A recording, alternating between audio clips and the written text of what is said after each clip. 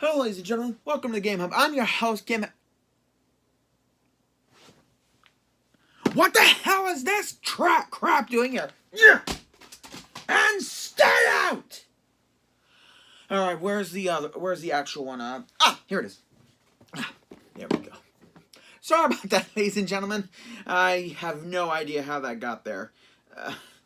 Anyway, like I was saying, I'm your host, GamerK, and it's time for another video game review. This one based on a great movie.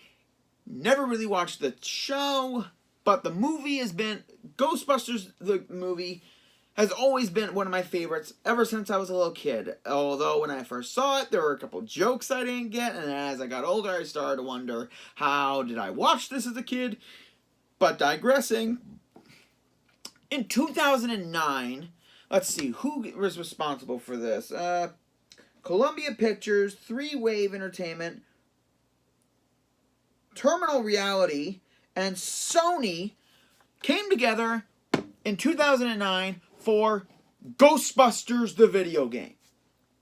And again, I'm not talking about the steaming pile that I just chucked across my room. Unlike the 2016 version, which is oddly enough, the 2009 version, this one, is the better Ghostbusters game. And also, I'm gonna just point out, this game does have a stylized version for the Wii and for the PlayStation 2, which is more cartoony and dials back a bit on the seriousness and on the mature themes that appear throughout this game. So, grab your proton packs, ladies and gentlemen, and get ready to bust some ghosts in this game review.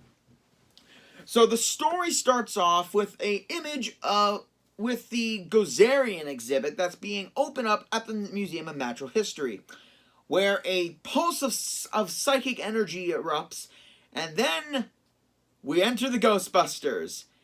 First off, I gotta say, this whole game, the story, was written by Dan Aykroyd and the dude who played Egon. I can't remember his name. I'm sorry.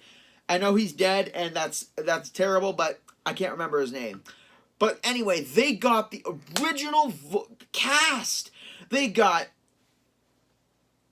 Bill Murray, they got Dan Aykroyd, Ernie Hudson, the guy who voiced Egon. I'm sorry, again, I can't remember his name.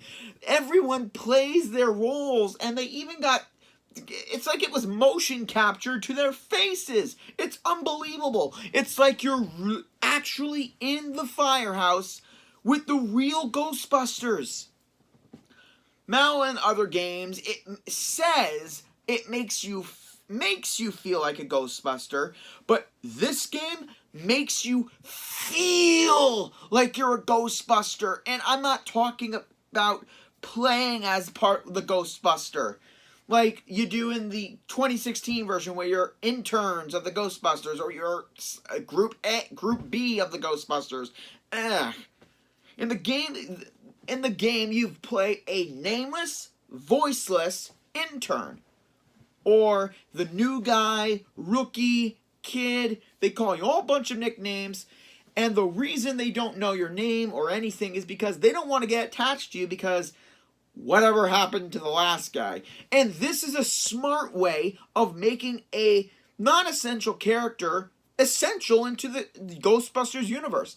By making that they don't want to know you for certain reasons, not giving you a name and voice, that's a brilliant way of making a character like that not feel cliched or, need a reason. It's perfect. We test out the new equipment, and via the game, we have to hunt down Slimer in the beginning, and then hunt him down throughout the first level, the first section of the game, which is the Sedgwick Hotel, where Slimer was first captured. And then afterwards, this entire story just unravels of an ancient Gozarian cult, and some of Gozer's worshippers, and this big plot in order to create another destructor form in order to destroy the city and the world, while being stopped by the Ghostbusters, obviously.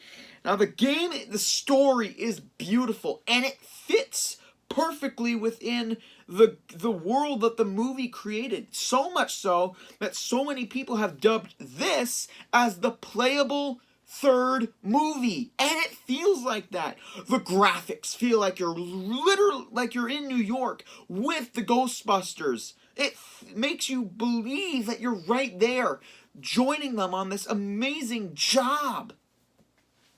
And that's where every bit of the graphics of this one play in. Everything looks realistic. You feel like all the ghosts are on a larger scale than just being cheap cartoon cutouts.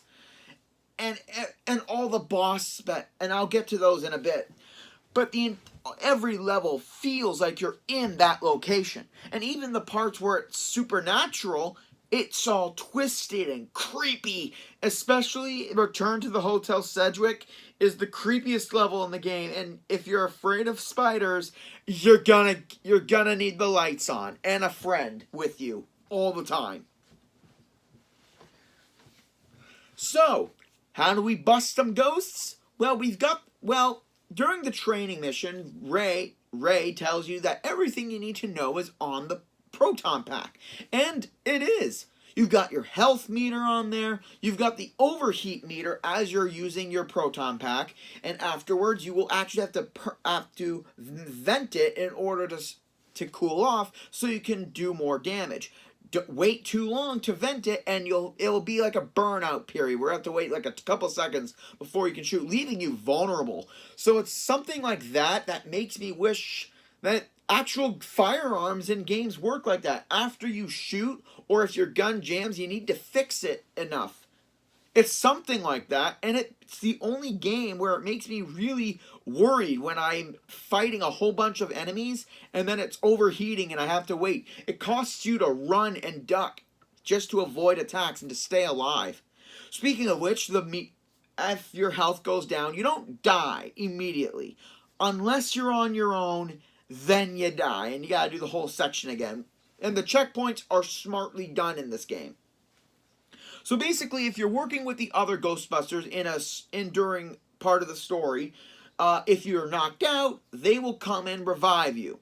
If they get knocked out, you can go revive them. It's this kind of co-op-less gameplay that really worked and makes the it makes you feel like you're part of the Ghostbusters team. They help you, you help them, they even help capture ghosts, and it's not just you doing it with their assistance. Everyone does their own thing, and I love that. The AI of the Ghostbusters they're smart. They're not incompetent like in most games where you're playing where you have other people helping you, which is a good thing.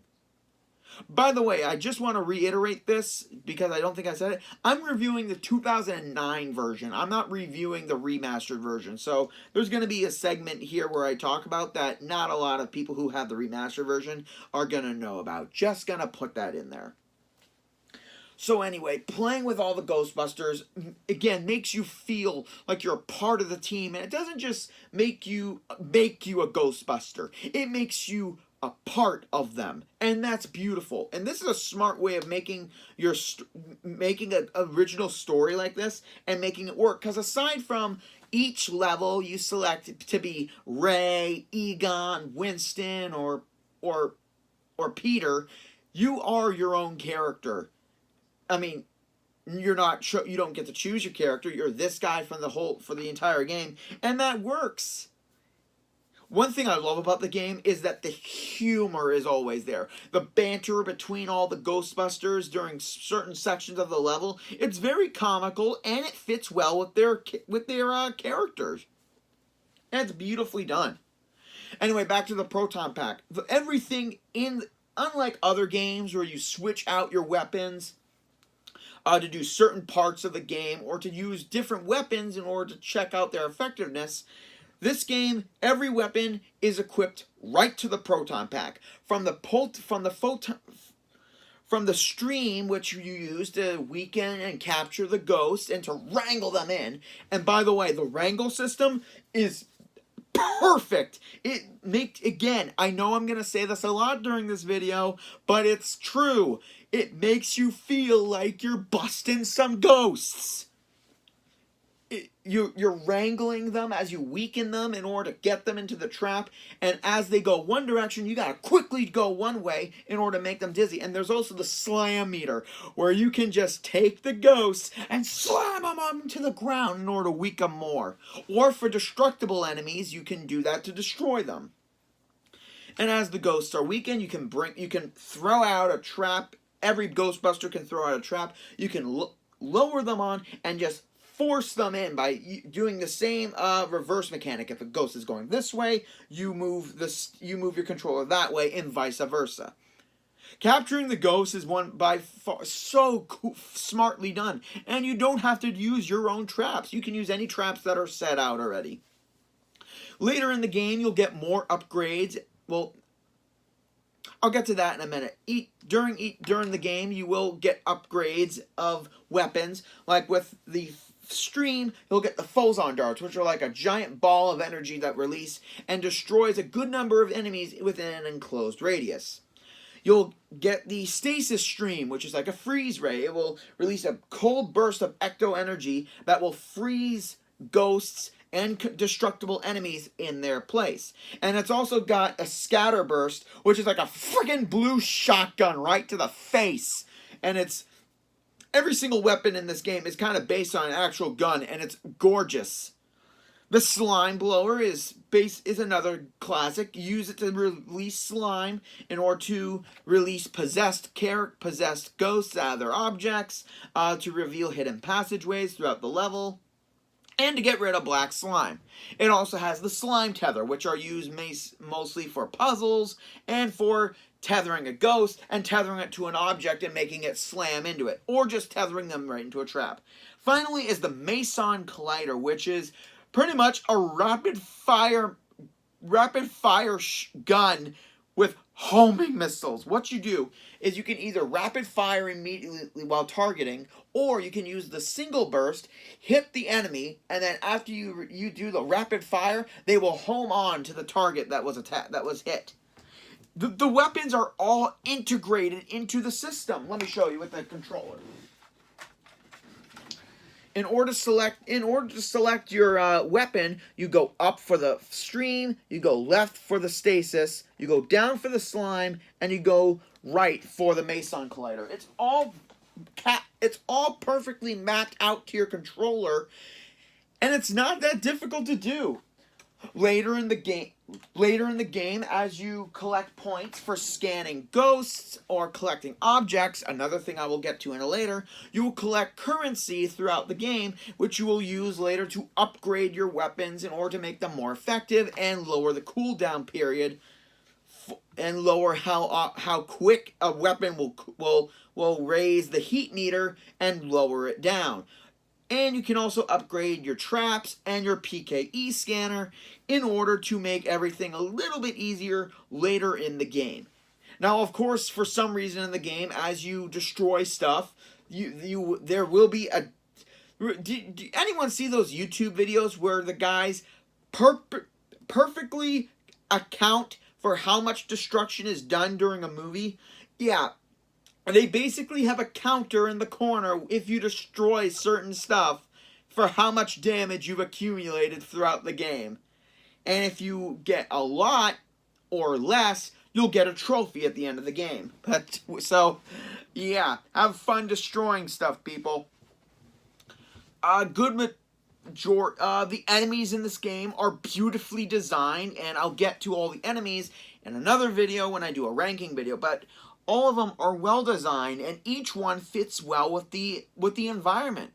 In the hotel level, you'll get like a bellhop ghost. In the streets, you'll find hobo ghosts.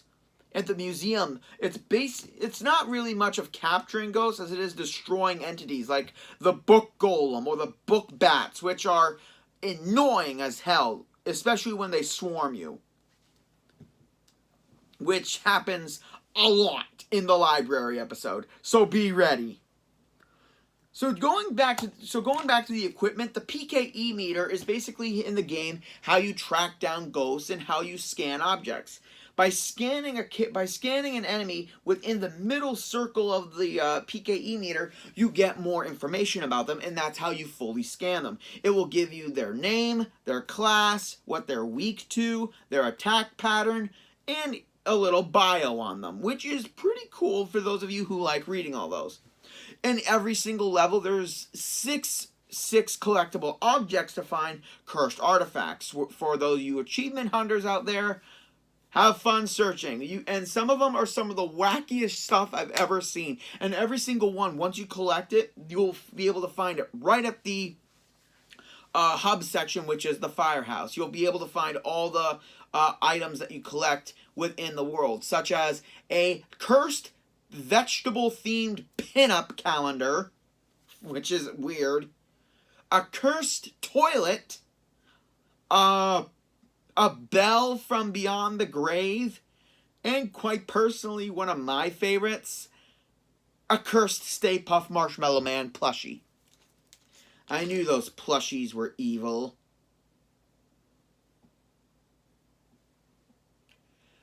Okay, I just got creeped out for a bit. And like I said in the beginning, the humor throughout the game is there in every single level.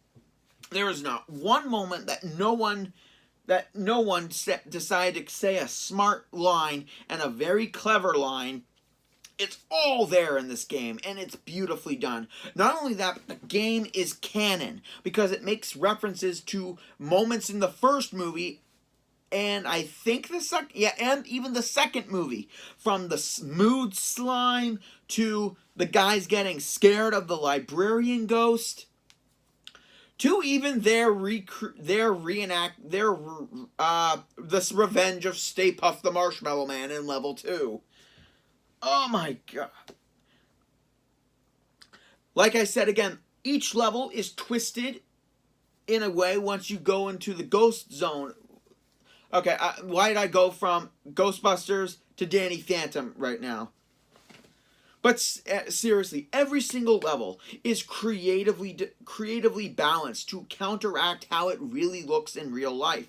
From Town Square in New York to the Museum of Natural History, the library, and all the supernatural elements of the world, like the locations, are beautifully designed. The people who made this game had one hell of an imagination, and it's by far one of my favorite things in the game.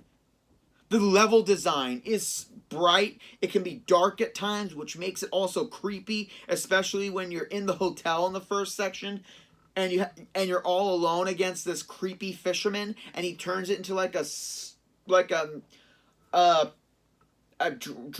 droughted sea layer. Not only that, the chandelabra crawlers make it creepier, and you want them to get off of you. That level is beyond creepy, just with the chandelabras coming to life and crawling at you like spiders. Get them off me! Every single time, I hate them. You want to shoot, and not only that, because in the beginning you only have the stream, so you don't have any of the other weapons to destroy them quickly. So you gotta quickly get them before they get you, and it's sections when you're alone are the best, where you get to prove your chops by using every single bit of instinct you have in order to avoid getting killed.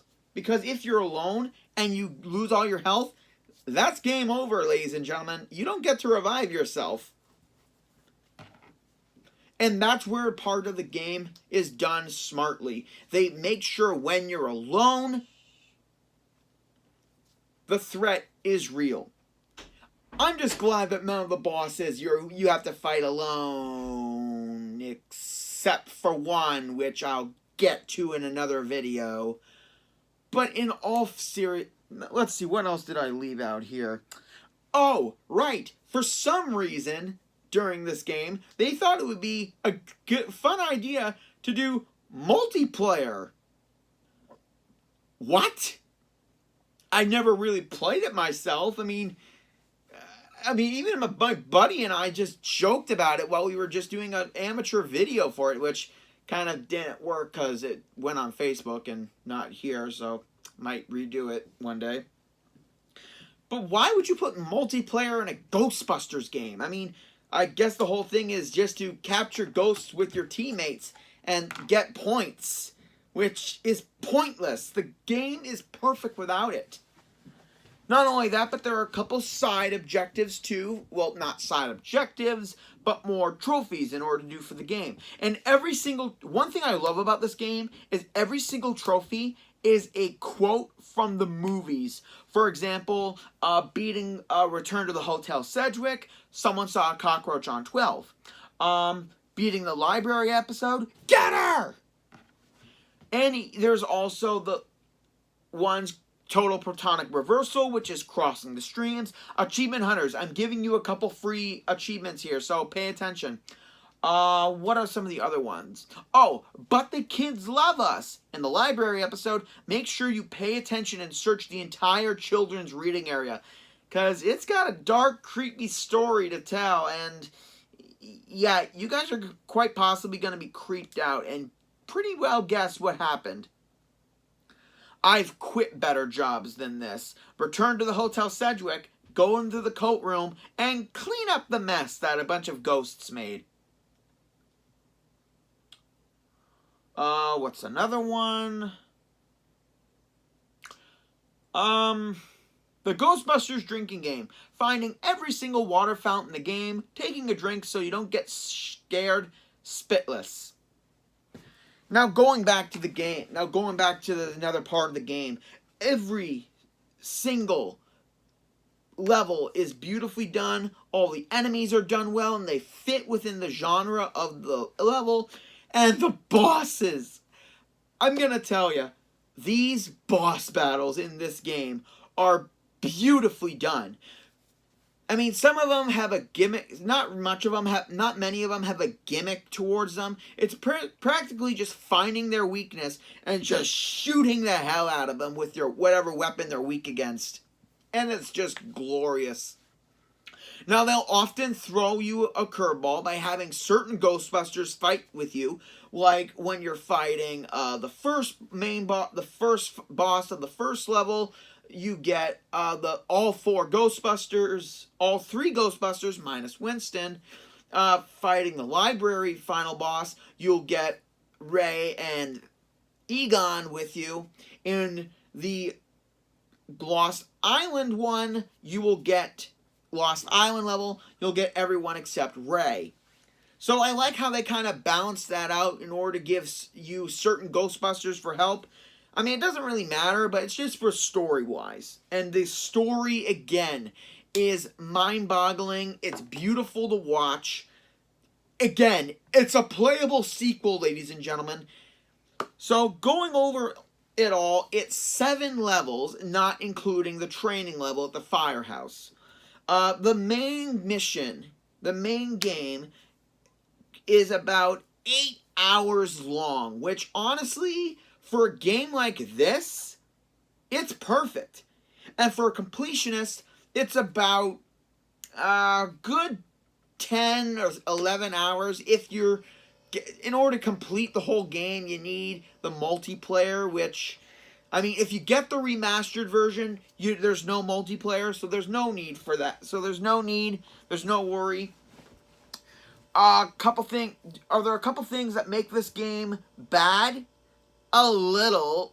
I mean, a problem I've had by ending your game while you're in a level, because there's no saving in between. There's no saving during levels. So if you shut off your game, like with the PS3 version that I have, it resets the whole game, so you lose your progress. I had to replay this game 5 times, and each time playing the Hotel Sedgwick was getting really annoying. Especially since I was going for scanning every enemy, boss, and collecting all the artifacts. So having to do that 5 times gets a little on your nerves. But overall, it was still a game that I loved playing over and over again, and I kind of did. The game is, again, it's a must-play for any real gamer and especially for Ghostbuster fans. It is if you are a big Ghostbusters fan and you have not played this game, go out, buy the remastered version if you have a PlayStation 4, or if you don't, and if you have a PlayStation 3, go out and find this game, because I'm pretty sure after 11 years, I'm pretty sure the price is probably like $10 right now. And this is $10 worth your time. And just again, I'm going to say this one last time. This is the only game in the world that will make you feel like a Ghostbuster. And Bustin will make you feel good as you play with the legends themselves. And that is why GamerK's final verdict for Ghostbusters the video game on the PlayStation 3 is a 9 out of 10. It's almost close to a perfect game. The only problem is I don't know what it is. For me, there is no perfect game. There never will be a perfect game. I mean, there may be a game in the future where I do give it a 10 out of 10. I'm not 100% sure on that. But with what was given in this game, the fact that Dan Aykroyd and the guy who voiced Egon, they wrote this, they worked on this. This is a game that it just feels like it's built from the heart of people who were the Ghostbusters and who love the franchise. Not just someone who wanted to use the license of Ghostbusters just to make a buck. This is a game that will please even the most critical of fan. Even Walter Peck would love to play this game. And the dude's in the game. So yeah, go out, get this game for any system except for the Wii or the PlayStation 2 version. The realistic version is a game that will definitely make you know who to call. Well, that's it for this week's, ladies and gentlemen. Like, comment, subscribe down below before Slimer comes and starts messing with you. He gets a little creepy for when people don't buy the game. Coming up next week, for the end of June, ladies and gentlemen, I'm going to do the impossible. I will take on not one. I will be taking down a series of games. I won't be taking not one, not two, not three, but 6 games of a series all in one video. I know what you're asking. Who are you? Who? Find out next week, ladies and gentlemen. This is GamerK, logging out.